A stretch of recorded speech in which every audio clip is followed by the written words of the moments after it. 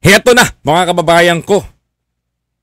Vice President Sara Duterte, gumigimik na naman. Ano bang plano nito? Haharapin mo ba talaga yung mga nakasampang kaso sa Pilipinas? O tatakbuhan mo na lamang at ayaw mo nang umuwi dito at diyan ka na lang sa Netherlands? Naku po, medyo nakakakilabot yung mga susunod na makikita ninyo. Isa na namang mga kasinungaling ang napahayag ng Vice Presidente. Imagine ninyo, bukod tanging presidente, nasandamakmak ang kahuldasan sa bayan. Haba, panoorin nyo tong video na to, mga kababayan ko. At dito, husgahan nyo kung tama ba siya o mali ang ginagawa niya. Panoorin nyo to. Puspusan ang paghahanda ng House Prosecution Panel sa impeachment trial ni Vice President Sara Duterte. Tila ipinagkibit balikat naman ng bise ang mga kaduda-duda umanong pangalan na tumanggap ng kanyang confidential funds. Nasa frontline ng balitang yan, si Marian Enriquez. Ayan, mga kababayan ko, kaduda-dudang pangalan na naman ang mga lumabas dito sa social media at sa mga balita. Kamakailan lang, nabalitaan na naman natin na may kinubra na naman pera na si Ralph Joss Bacon. Isa lang yan sa mga pangalan ng Team Grocery. At pinagkibit balikat lang ng Vice Presidente. Hoy! Pera ng taong bayan yan! Pinagkatiwala sa inyo! Pero bakit parang kibit balikat ka dyan at parang gusto mo pang palabasin na hindi totoo? Ano, sinungaling ang Kongreso? Hoy, mga DDS, tandaan ninyo, COA na ang nakahuli sa inyo. Ha? COA! COA! COA! Naintindihan nyo ako? Baka mamaya may confidential fund din yan, ha? Baka mamaya may COA na rin ng pangalan. Oh, tuloy. Tinawag na guni-guni ni Vice President Sara Duterte ang mga kahina-hinalang bagong pangalang lumabas na nakatanggap ng confidential funds niya. Ha? Guni-guni? Paano Diyos mio, por favor. Anak ka ng titing diyawa ka, inday. Pastilang ka. Liar, evil ka. Guni-guni? Guni-guni? Paano magiging guni-guni yung pumirma na kumukuha ng confidential fund? Ha? Tapos nakakatawa pa. Kasi alam nyo kung bakit, mga kababayan. Biruin nyo sa confidential fund, may pumirma ang pangalan Patiting. O sige nga, ilabas nyo si Patiting. Sige nga, ilabas nyo nga si Patiting nga. Hindi, inahamon ko si Vice President Sara Duterte ngayon. Vice President Sara Duterte, tinire-red tag kita ngayon. Ilabas mo si Patiting. Patunayan mo sa amin. Tama ba, mga kababayan ko? Hindi pa, sabi mo guni-guni. Guni-guni. Kasi bakit? Paano niya masasabing guni-guni, mga kababayan ko? That's too impossible na maging guni-guni yung investigation na ginagawa sa kanya. As of today, nasa 80% na ang Congress, mga kababayan. 80% na ang Congress para litisin ang impeachment case ni Sara Duterte. Mga kababayan ko. Ano maging guni-guni? Si Mary Grace Piatos, Kokoy Villamin, mga kababayan ko. 'Di ba? Until now, hindi pa rin ma-identify kung sino. 'Di ba, mga kababayan ko? Alam mo, Vice, umuwi ka na lang dito sa Pilipinas. Kesa yung dami mo pang patutsyada dyan sa Netherlands, magtatago ka lang din dyan eh. 'Di ba? So, yun ang mga paniniwala nila. So, pabayaan na natin sila sa kanilang guni-guni. Play safe lagi to si Sara no? Yung paniniwala nila ay paniniwala din ng buong bayan. Yung paniniwala nila kasi paniniwala ng buong bayan. So ganito, I challenge you, Vice President Sara Duterte, umuwi ka dito sa Pilipinas, iharap mo si Patiting, iharap mo si Ralph Joss Bacon. O sige. At si Sala Kazim. O sa mga di nakakaalam, yung CASIM, Kasim, mga kababayan ko, part yan ng baboy. O Kasim. Oh. Part din, mga kababayan ko, ng ulam ng tao, si Rob Jos Bacon. Baka sabihin ni Senator Bato, maraming bacon sa Davao. Oh, baka sabihin ni, sabihin na naman ni Senator Bato de la Rosa, mga kababayan ko, may kilala akong bacon. Maraming bacon sa Davao. Kilala ko yung mga bacon. Baka gumano na naman si Senator Bato dito, mga kababayan ko, ha? No. Kasi ang problema sa'yo, Vice President Sara Duterte, hindi ka humaharap. Dapat harapin mo. Marami ka pang patutsade, marami ka pang etc. Kung ano-ano pa sinasabi mo sa publiko.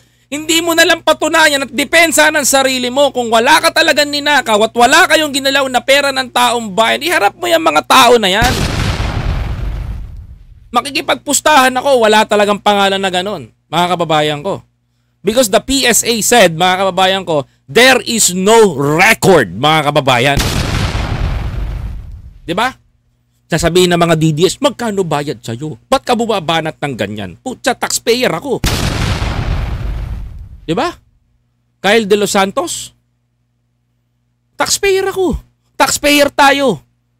Karapatan natin magtanong dito ng ganun. Because pera yan ng taong bayan. At kung hindi mo kayang halagaan at hawakan ang pera ng taong bayan, mag-resign ka na sa pwesto mo. Bigay mo na yan pwesto mo sa tao na kayang gampanan yung pagiging vice-presidente mo. Kasi yung pagiging vice-presidente, hindi biro yan.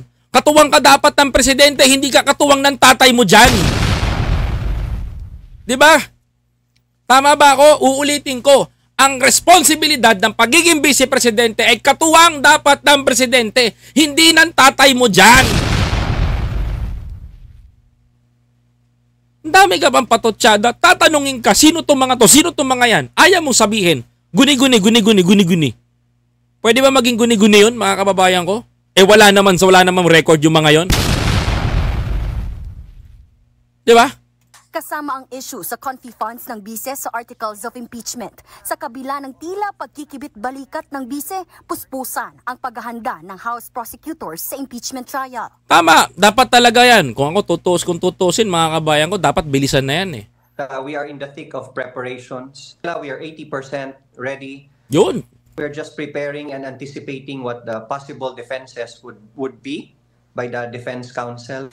Correct.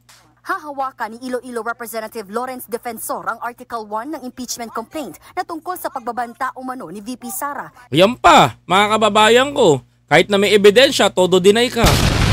Sa buhay ni na Pangulong Bongbong Marcos, First Lady Liza Araneta Marcos at House Speaker Martin Romualdez. Dapat talaga ipa-impeach yan si Inday eh. Ngayong linggo, magkakaroon ulit ng pulong ang House prosecutors. Ayon kay Defensor, hindi kailangan ang presensya ni VP Sara sa impeachment trial. Correct. Kahit yung mga abogado niya lang muna. Pwede raw siyang katawanin ng kanyang mga abogado.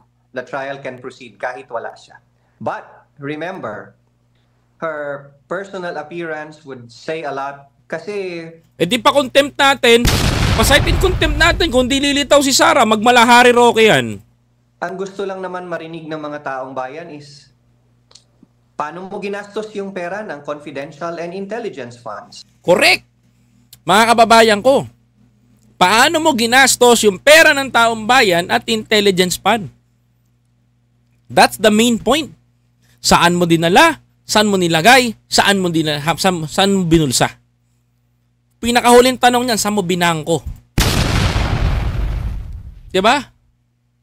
And a straight answer from her would answer all the questions. Correct. Nasa the Netherlands pa rin si VP Sara para asikasuhin ang legal team ni dating Pangulong Rodrigo Duterte. Ayon kay Defensor, pagkatapos ng midterm elections o pagpasok ng 20th Congress, pag-uusapan ng prosecution team ang mga kongresistang posibleng tumulong sa panel. Ilan sa mga may kasanayan na sa impeachment ay... Dapat talaga, mga kababayan ko, we need to improve our government system. Hindi yung ganito.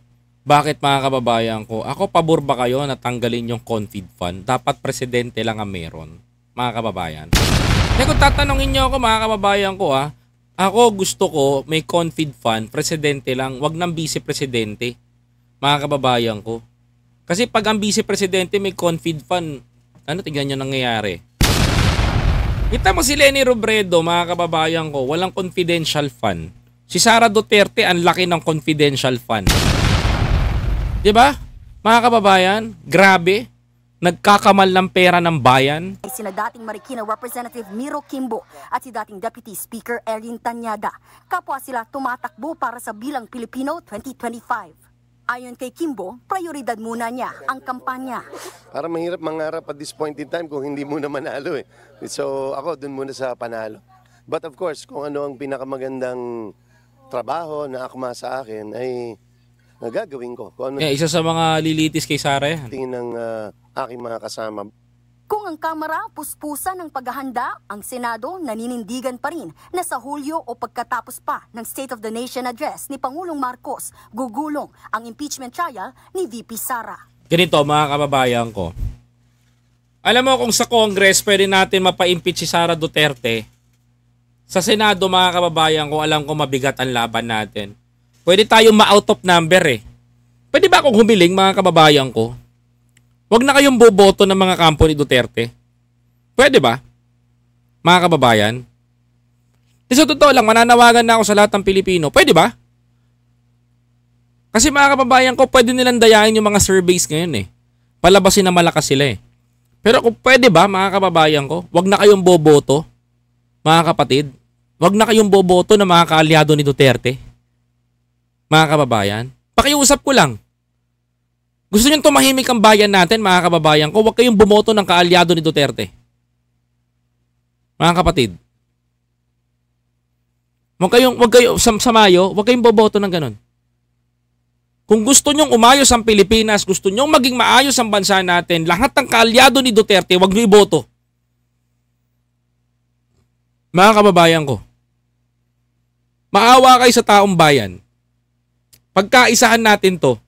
Dahil pag ang Pilipino nagkaisa, sure ako mga kababayan ko, hindi mananalo yung mga yan. Nagbabalita mula sa Frontline, Marian Enriquez, News 5. Maraming salamat kay Ms. Marian Enriquez ng News 5. Tandaan nyo to mga kababayan ko Makinig kayo sa akin. Kita nyo naman yung ginagawa ni Sara. Kita nyo naman 100% nakita nyo to. Ever since nakita nyo to. Nakita nyo kung paano ginagawa yung pera. Nakita nyo kung paano kinakamal na parang kinakain lamang. Nakita nyo. Isipin ninyo, mga kababayan ko. Isipin ninyo. Mabuti. Lahat. Isipin nyo. Saan tayo dadamputin pag ganito ang ginagawa sa atin dito? Mag-isip kayo. Mga kababayan ko. Isipin nyo mabuti. Paano na lang tayo sa 2028 kung ganito mamumuno sa atin? Dito pa lamang nakikita nyo na pagiging vice-presidente pala kumakamal na ng pera. Paano pa kaya mga kababayan ko? Kapag presidente na to. Kawawa tayo mga Pilipino. Walang mangyayari sa bansa natin. Tayo ang pahihirapan ng mga taong ito. Buti.